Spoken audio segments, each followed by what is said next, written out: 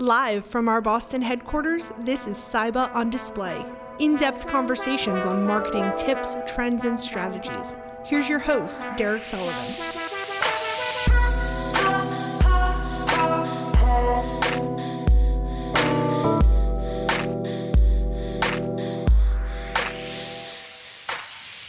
Hello, everyone, and welcome to another edition of Cybba on Display. I'm your host, Derek Sullivan. Joining me today is John Vuong. He's the owner of Local SEO Search based in Toronto, Canada. Local SEO Search is an SEO company that offers its services to small businesses, especially family-owned traditional businesses that aren't as well-versed in the digital marketing space. John, thanks so much for joining. I love your story. I love how you kind of got into this. So it's a pleasure to have you. Well, thanks a lot for having me. I'm excited to share any valuable insight to your listeners and audience members so that at least people get inspired to take action. Yeah, absolutely. So we don't actually offer SEO services here at Cybba. So this is great to have an actual expert in here to kind of talk about some useful tips that people can use. We sent out an audience survey, to get some questions from people who listen or any of our marketing subscribers that have questions about SEO. So we'll get to those a little bit later. To start though, I would love to kind of hear how you got your background in marketing. I know you started off in Yellow Pages, correct? That was kind of your first intro to marketing. Yeah, maybe I'll go a little bit further back even. Okay. So I finished school for business finance, and right after school, I got my first job in advertising sales. And this was actually back in 2003. And before Google kind of took off, there was a book that was printed competing with the Yellow Pages called the Red Pages. And it was full of websites going to every single home for free. So imagine before Google started, internet speed faster, computers way faster, instead of waiting 10 minutes to load dial up, turning on computer to, Pentium 1, Pentium 2 took forever, right? So for all the listeners that are millennials, you might not recall that before smartphones, you didn't have a smartphone, you had a flip phone. And you would have to log in using a PC or desktop because there was no, tablet or anything. So all these things kind of evolved. But that was my first foray of learning about advertising sales. And I learned as much as I could in sales. 10 years of advertising sales in traditional print, as well as I did performance-based affiliate online marketing. So I learned everything from CPM, CPA, CPS, anything to do with email, contextual, retargeting behavior. All that was back in 2005. And then I worked at Yellow Pages, and I was there for 5 years. But that really gave me a good understanding of what I really wanted to do for the rest of my life, really, because I met so many amazing, incredible business owners, meeting them one-on-one. And at that time, I probably worked with over 5,000 business owners, real people in all spectrums of ethnicities, culture, age, different industries. And what really resonated with me more so was why they were in business and what cultivated them to continue doing what they did and what got them up at night, right? Like what kept them going? What's their drive, right? Like why? Right, their passions. Yeah, exactly. Definitely. It was really about family and value and community, right? So always learning, always getting better, always trying to aspire to be more for the people that they wanted to, serve, right? So all that meant this is my tribe. They are like me, and I wanted to really do something for them. So after Yellow Pages, as you know, it was hard for me to sell because Google was kind of taking off, social media and all that stuff. The user intent shifted from traditional to now digital. I didn't have any SEO background. I actually just knew I needed to move to an industry, and I had a sales background. I was 10 years in advertising sales. So in Yellow Pages, I was like top 1% in Canada, right? So I was pretty good at selling, but I knew that the clients were frustrated. So I had to move to digital, and I knew I didn't want to learn about, the Facebook and paid ads and all that stuff, I knew SEO is very similar to Yellow Pages, right? Huge user engagement, ready by customers, people that are actively typing in keywords. I just didn't know how to get there. So my journey of starting this business was learning SEO, selling it, and then building a team to make it all happen. So It's been an 8-year journey, and it's been incredible and so much fun, but a lot of hard work. Yeah, I was gonna say, so you started 2013 SEO, local SEO search. So 8 years, congratulations. That's a good milestone there. So you saw that parallel between Yellow Pages and SEO, and you thought like this is a pretty good niche that you could kind of, get yourself into and help businesses. I loved what you said about working directly with clients at Yellow Pages, talking to smaller businesses. When I was doing sales as well, a lot of times when we would talk to smaller businesses, business owners, whoever it may be, you're right, they're not as knowledgeable about marketing because marketing, as we know, especially digital marketing, is so complex and it's always changing. It's hard to keep up, especially when you're passionate about your business or your product. The last thing you want to do is spend hours every night studying and trying to learn about it. At what point when you were at Yellow Pages did you decide like, okay, I figured out that I'm going to leave and start this business. This is clearly what my passion is, helping people who also have passions about their own companies. So I don't think at Yellow Pages, I was aware what I wanted to do. I was at a crossroads. So this is when I was probably early 30s or late 20s.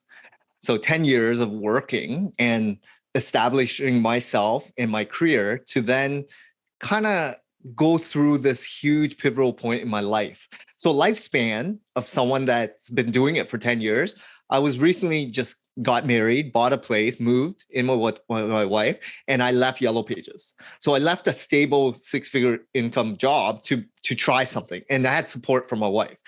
At that time, I was also considering interviewing at Google, Facebook, Amazon, all those big players, right?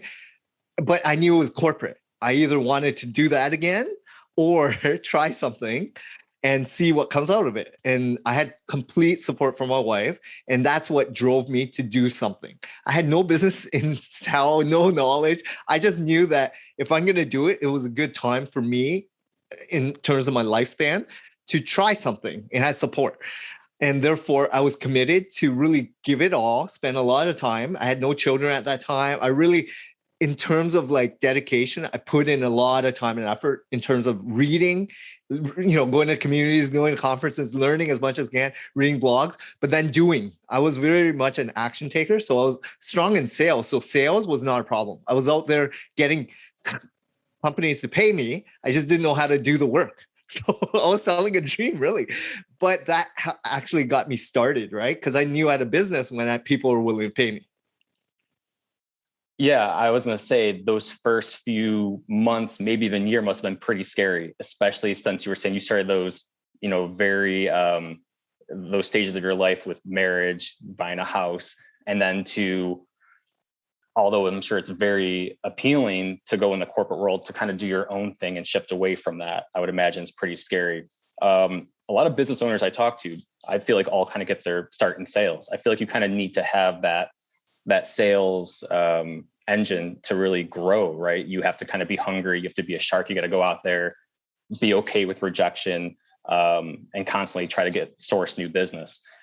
During those first, probably I would imagine year, kind of getting yourself off the ground, what were some of those initial challenges when approaching new clients about, doing SEO services? Actually, I found sales to be fairly, just being authentic and honest was always how I approach life in business. So I always was strong at storytelling and just being myself, right? So I was new and I told people that. I told them my experience and my dream, which is to be one of the top agencies in Canada. And, one of those things where, look, I didn't know what I was doing, how to do it, but my goal and passion was to over deliver all the time, right? So get customers, that wasn't the challenge. It was now learning SEO or hiring people to do it because I needed to know enough so they can do it right, the way that clients expected, right? Not only results driven, but really focus on like the conversion, the KPIs, the metrics, understanding like what were their true needs, right? And then over delivering constantly so that it becomes more of a sticky client. The relationship is more important to me. And, as you grow and you become more, value oriented in terms of your people, your process, your systems, it follows through, right? Like I was committed to get better and constantly improve. So I was not in the mindset of like, I'm going to fail. I knew I had a unique situation, right? There was not like at that time, there's competition all the time. Global competition, local competition. You just bring something unique and dynamic to the industry, and therefore you have a business. Anyone can form a business. It's more, can you stay the course to continue thriving? Because a lot of people give up if they can't make it after 6 months, a year, 3 year, 5 year, right? It's just how do you persevere? What's your, the resilience? Yeah, you need resilience, to exactly. keep pushing through. So what I really love about your story too is, I know when you said when you're at Yellow Pages working and talking with small businesses and seeing how they're passionate, how you wanted to help, but you also come from a family who also had a small family-owned business, correct? Yeah, so my parents are from Vietnam. I actually am the fourth child of immigrant, family that immigrated the Vietnam War. So I was actually born a couple of weeks later when they arrived here. So growing up, it was not as pleasant as everyone may imagine. Like we didn't have a lot of food, shelter, like clothes. It was scarce, right? So it was really needs focused. It was family oriented. So we had each other. We had one toy amongst 4 kids. We took care of each other. We really didn't travel much. We knew we were comforted by being lucky and not having violence like war, and having a safe haven, and having a country embrace us gave us a willingness to get formal education, give it all, and give back when possible, right? Yeah, absolutely. So that was, when you first started off, right? When you first started SEO search. Now 8 years later, you've expanded pretty fast. At what point did you start to see your business really scale and grow, where you knew that this was like no longer just, I don't want to call it a dream, but this is going to be the rest of my life. Like this is clearly like working. I'm on the right path to success here. Well, it all boiled down to me just continually having fun, right? And being happy with progress. So as the years progressed, I knew where I needed to improve because I came from sales. So I was already pretty good at that. I now needed to learn SEO. So it took me a couple of years to learn that, then become more of a leader, right? To then understand what are the major pillars and lead my managers, right? To then have systems and processes and all that. And then it's more about like marketing the company. I never really marketed properly because I was really focused on internal, making sure that we had everything in order to ensure when we do take off, we have then the bandwidth to support all the growth. And I didn't have a lot of mentors to say, people I can reach out to, because no one really understands SEO as much as people in the industry. And a lot of them are SEOs for bigger brands, or they're not their own shops, right? Different agencies. So for me, it was like joining communities, getting some thought leadership, some masterminds, learning. But over the course of years, now I'm more about like different projects. What excites me? I just put together a 10-year plan, right, with my team. I really had metrics, but really like helping them become better humans, right? Like more about their personal growth and profile so that they can achieve their whatever their agenda is, if it's children, family, homes, whatever their dream destination, vacations. That's what inspires me to be better. And that's what keeps me continuing doing what I'm doing. So that 10-year plan, that's internal for your employees to help with their growth? Yeah. And of course, corporate goals as well. Yes. Okay. Any of those corporate goals you can share? They kind of hush. Oh, just different marketing initiatives, right? Like I know I'm in the process of working on a book, a community, different medias, things that are kind of boring, but exciting for me because it's a new foray of trying something that I would have never tried if I was not a business owner, right? So now that I am, these things excite me. So I build a team, I create a plan and let them own it. And then I progress. I have a lot of check-ins and a lot of, monthly calls so that everyone's on the right track and page so that when we're ready to launch it, at least we feel it's the right approach doing things. Right. So you can kind of try different things to get awareness, get your name out there. That's definitely one of my favorite things about marketing too, is always trying new things, like even like this podcast, for instance, right? An opportunity to reach like a new network, but it makes it fun. It makes it interesting to try new ways to get your name out there, different ways for people to see you, essentially. I like what you said about, in sales, and at your core, you're just a natural like storyteller, right? Like that was part of it. Did any of that reflect in your marketing, how you marketed local SEO search? Was it hard for you to come up with, your brand story or your brand messaging? So it was interesting because I never really looked at like copy that way, because every sales call or people doing outreach, I was just doing it naturally, right? Because I was doing it in sales. So now that I look at the entire brand story, I look at, everything on a different level, I look at how important it is. Like the core values are so instrumental to ensure that the team in the back end has the same kind of goals and aspirations, and they're met with the same mental state, right? They have that same vision. And then when you start pushing it to your clients, hopefully they see it, right? Like the whole purpose is them wanting to be a part of your, brand, right? And if they see synergies, then their new client or the relation starts, right? Depending on your campaign. And it's just fun to see how things progress, because not everything you put out there is going to be a big win. And you have to be okay with trying and pivoting and changing things. And, whatever the outcome is, at least you're doing something, you're progressing, right? And right. I've learned a lot not to put all your eggs in one basket, diversify as much as possible, try different things, because whatever works for you or someone else might be not working for you. It might not be the right time, different market, niche, industry, anything, right? Like it's okay to try different things because you never know.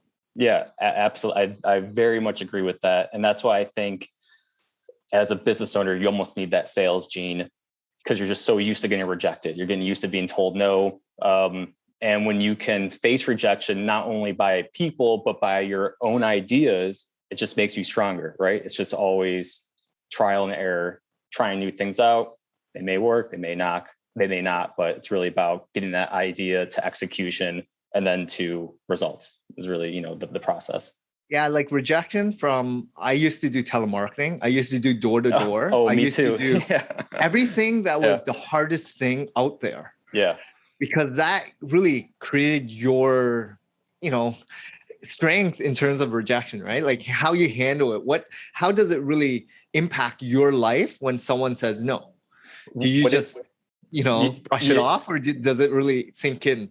Exactly. Like, can you grow from it, or does it make you weaker? And hopefully over time, anyone would become stronger from it and not just, be hurt. But I definitely understand why it would frustrate and make it harder for some people to move forward. What did you sell when you were doing telemarketing? Oh, it was a challenge. I knew I had to make 100 calls a day and maybe 3 conversations and maybe 1 meeting potentially. So you're chasing, right? You're always trying to be as active as possible. And it was a part of the job, right? It's like you go out there and go seek out business. Yeah. And then eventually you get better at marketing and they come seeking you out, right? And it just takes time to build that authority or build that reputation in the industry. But that doesn't happen overnight. It takes years of harvesting it and practice and learning about marketing, really. And that's the goal, right? To kind of turn outbound to inbound, to kind of put that interest out there and have them end up reaching out to you, because 9 out of 10 times it's going to be a better deal anyways, right? Because they already have that interest. That's why SEO is so pivotal, right? Like that's why I love SEO. It's all inbound. And what we focus on, that's SMB, positioning them as leaders, experts in their industry, market, whatever service products they offer. right? To eventually kind of like increase that inbound funnel, right? To get people coming to their doors. Are you ready for some of our audience questions about SEO? Yes, I So am. these are quite the range on the spectrum. Some are, very broad and simple, and some are a little bit more detailed. So I try to organize them to go in a particular order, but we'll see how it goes. This is, I think, just a great one for anyone listening right now that, is very unaware of SEO and not really sure about it. As simple as, how does SEO work? Oh, so this is search engine optimization is, SEO is short for search engine optimization. What it is Google has billions, trillions of websites out there. It's the sorting of websites where they deem would be the best match for the keyword that people are entering. And what Google is trying to do is vet the websites as well as the users and match them to ensure that it comes up with the best search result for that given query and user. So it's user intent focus, but they're trying to focus on quality because Google's whole premise is for you to continue coming back to Google. So to earn their trust, right? For them to know that whatever the user typed in gives you 10 results or paid ads and the map. But when you click on that result, they actually feel like it's a good match. So that's the whole premise, for you to then earn your way to the first page of Google with getting a lot more traffic to your website with keywords that actually customers are seeking out for your products and services. So you almost have to get Google to trust you as well. Yes. I see. What are some of the first steps you can take when building out your SEO strategy? I think they probably mean by that, like URL structure is part of it, correct? Like, aren't those some steps you can take? Yeah, there's probably like a 200-point checklist. Okay. There's a lot going on in this whole SEO world. And I didn't even know it until I really got deep and got in the woods in it, because the challenge is not one thing is going to make you become popular, right? You have to try different things. You got to tweak and ensure that it's best practice. And there's a lot of content out there. Google has over 200 signals, and they're always trying to change it up to have a better user experience. So the whole purpose is for Google to clean up the search engines with spam, toxic people that are trying to hack the search engines, with real businesses that actually want to earn their way, who are trusted, who are thought leaders, authoritative figures in their industry. So that's the whole premise, right? URL is one of them. Title tags, description, keyword density, website user engagement, the speed, mobile friendly, secure website. There's so many things and factors. And we didn't even talk about links and content conversion copy and, semantic keywords, trust flow, organic. There's so much. So it's all part of it. It's not just Yes. literally the copy that's on your site, but No. it's how your website works, the speed of it. Everything has to do with Google moving you up in the ranks. And I actually break it down to 7 major pillars. Okay. So the first one is, everyone knows they need that website, HTML, right? And then it's the site architecture. It's like how you navigate, drop down, top, fold, content, conversion copy, etc. Then it's more the content piece, like the blogs, the service pages. It has to meet what people are typing in. Then reputation is huge as well. So you have to look at the social signals of reputation, what people are saying about you, reviews. Link building is very important, which is other sites linking back to your website. So we already talked about technical, but you go deeper, right? So, there's what Google's looking for, but also what your users want, right? Secure website, fast mobile, stuff like that. And then, when you look at all that, it has to collaborate, right? Every team needs to really talk to each other. So when I formed this team, this company, I had all these pillars, and they now have to communicate amongst each other, so that we can all achieve the best outcome for the client.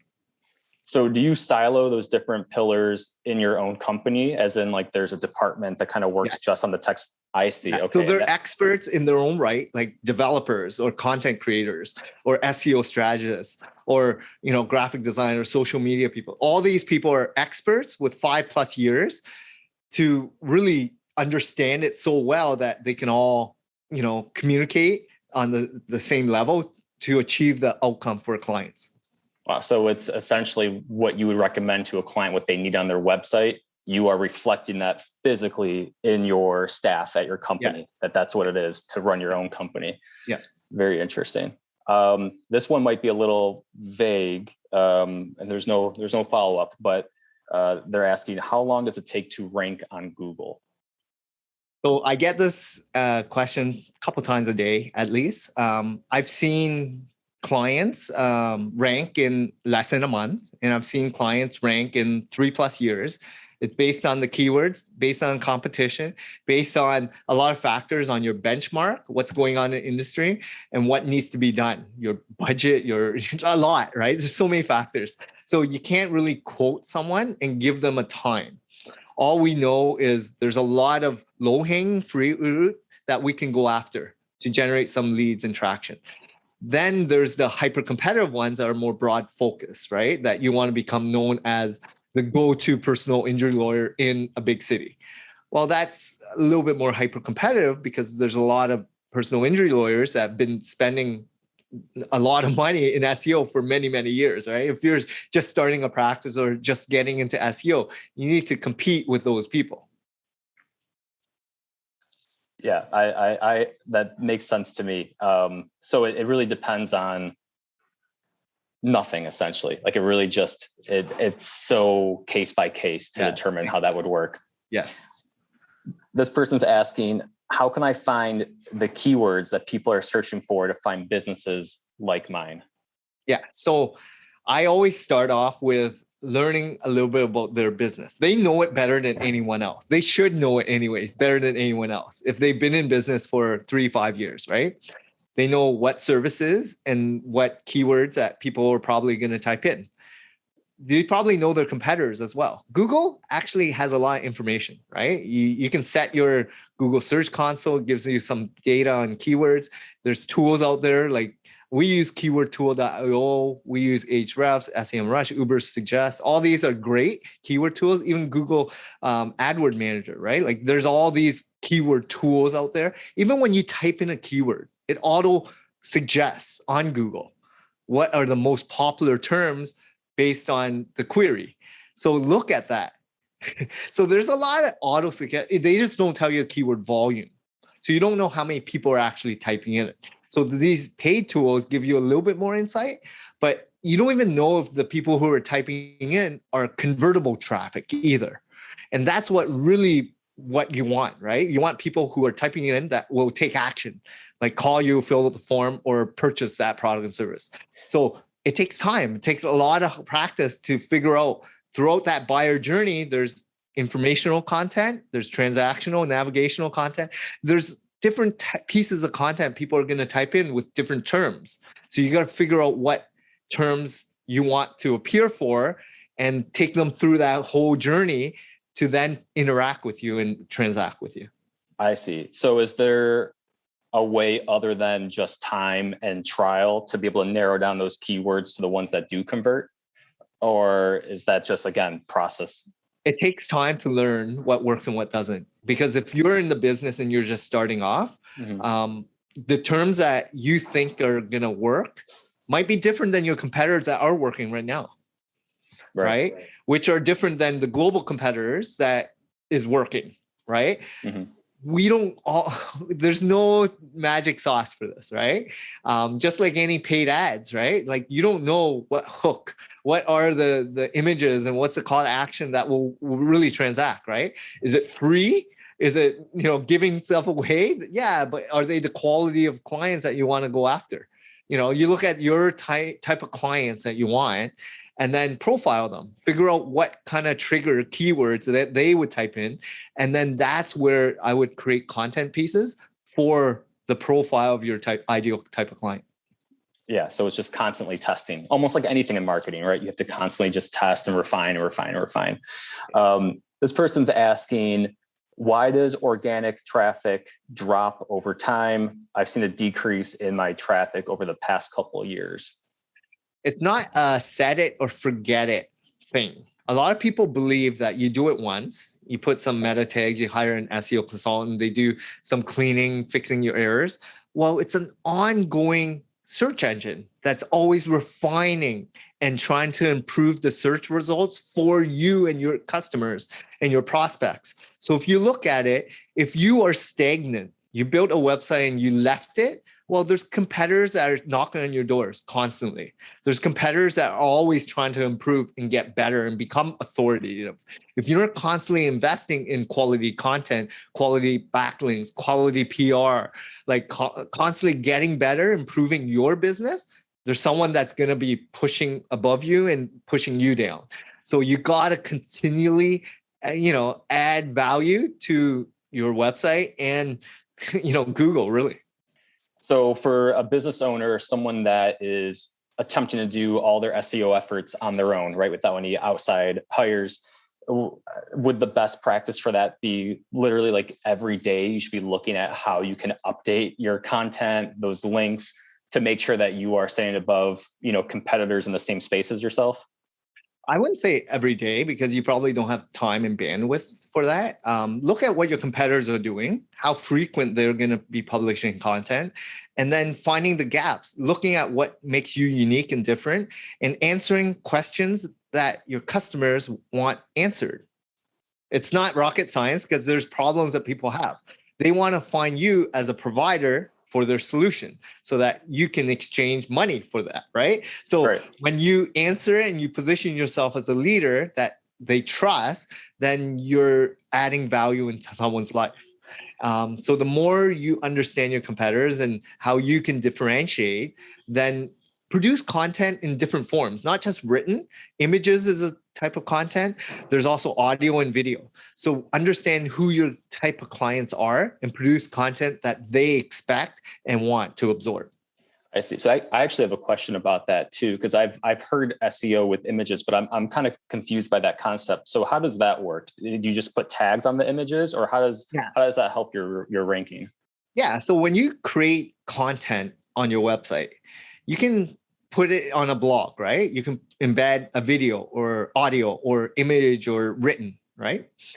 And Google is going to look at that and they're going to be like, wow, the more you produce, the more information that you're adding value, and they stay on your website longer because they feel like engaged.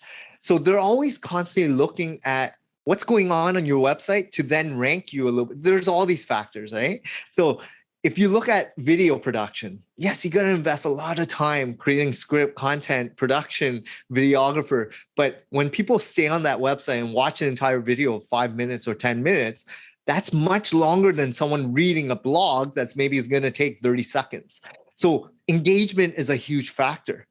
And you want people to be engaged so that they stay longer on your website, which is a signal, and that will keep people wanting more.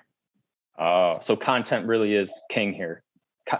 Good, engaging content keeps people on, improves your ranking overall. Yes. Yeah. Makes sense. Is there a way to tie social media to your SEO? So I look at social media as an amplifier of all the pieces of content. So your website is your biggest digital asset piece because you can create a Facebook page, Instagram, YouTube, whatever it may be, but you don't own it. You own your website. So everything that you produce on different social media sites should be linking back to your digital asset piece, which is your website. So it's amplifying your content with a link back to your website and to ensure that people stay on your website longer. So it should be just a little blurb and getting people to kind of, click on that social post to want more, right? So it's like a little clip. And the whole purpose is for them to watch the entire, blog or video on your own website. So I feel it being a great amplifier, but not really a big impact on SEO.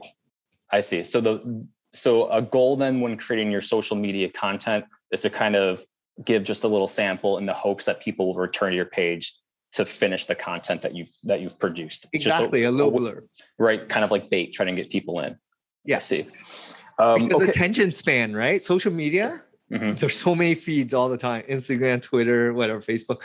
And it's distraction. All you want is attention. And the more you can just hit them with that main call to action or something to come to your website, hopefully they stay longer. Right. And this is the last question. And I feel like you've touched on this a bit earlier when talking about those different pillars, but maybe you can get into a little bit more detail. Someone asks, which should I prioritize more, on-page SEO or technical SEO?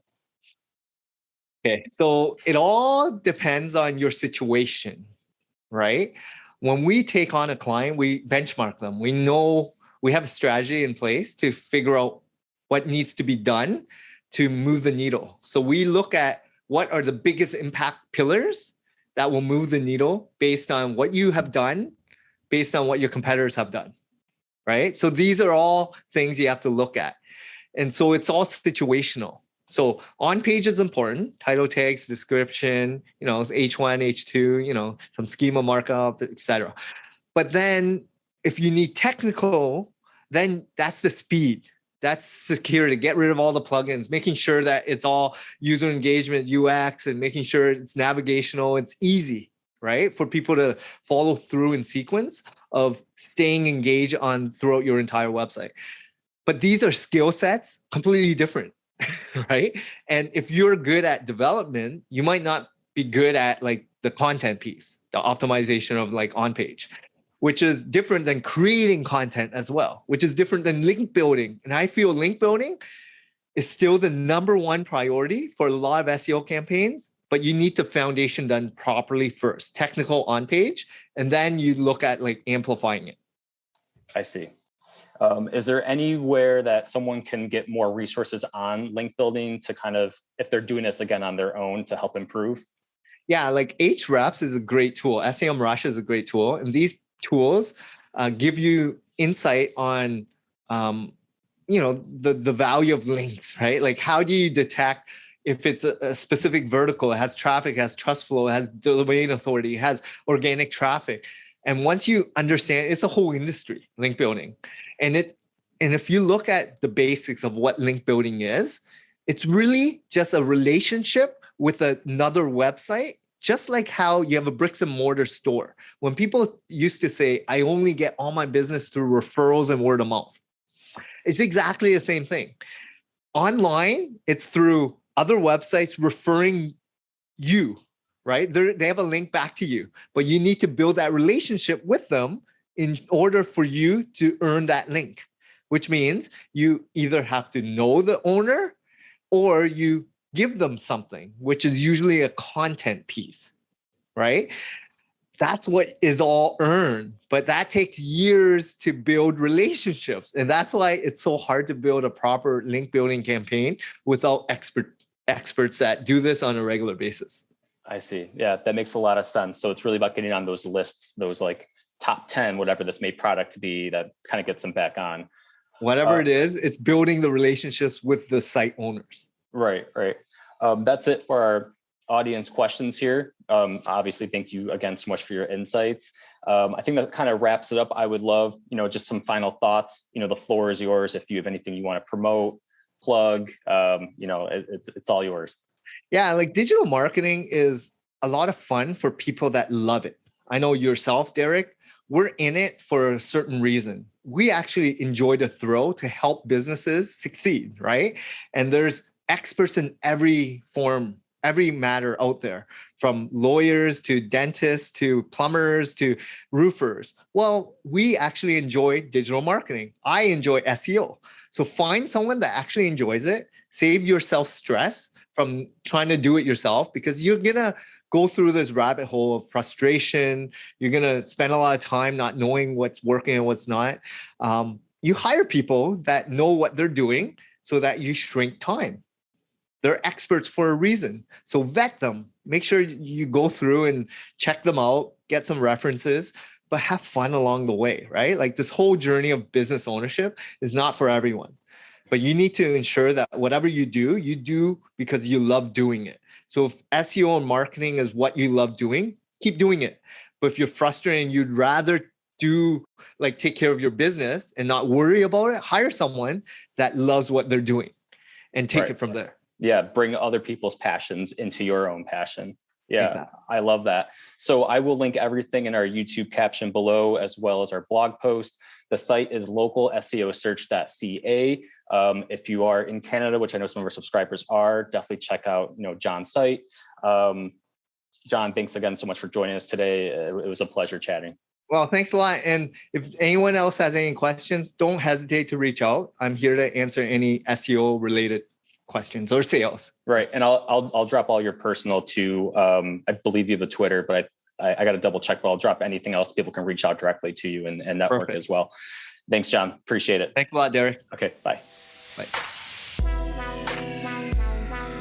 For more episodes, including our webinar replays, please visit our Spotify and Apple Music pages. Thanks.